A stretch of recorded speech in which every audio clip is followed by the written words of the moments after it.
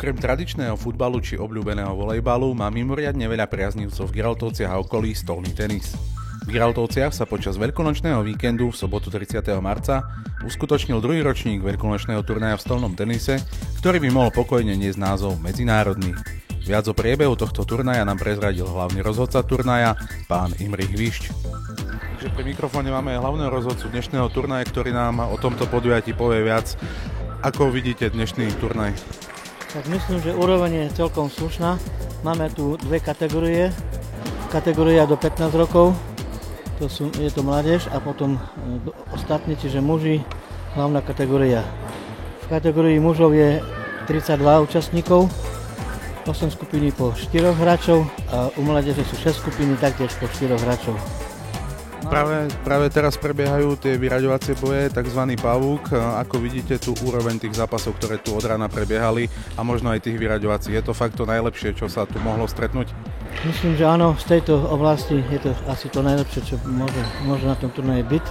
Dnes sú tu na účastníci iba z Giraltovec, ale aj zo širokého okolia. Máme informácie, že dokonca medzinárodní účastníci, takže možno by ste nám vedeli približiť, z akých oddielov alebo z akých miest dnes prišli do Giraltovec športovci. Áno, tak máme tu dva silné kluby v rámci okresu Svidník, sú to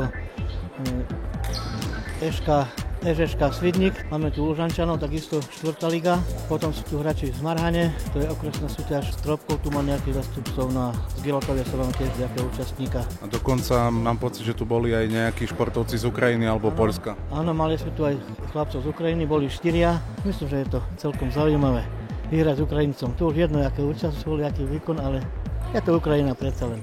Ďakujeme pekne. Najdramatickejšie stretnutia priniesla kategória mužov, ktorú napokon vyhral Jan Stolárik zo Stropkova. Ten vo finále zdolal Erika Tomka z JMC Lužany, ktorý v semifinále počas celého zápasu doťahoval skúsenejšieho Martina Močilenka z ŠŠK Central Svidník.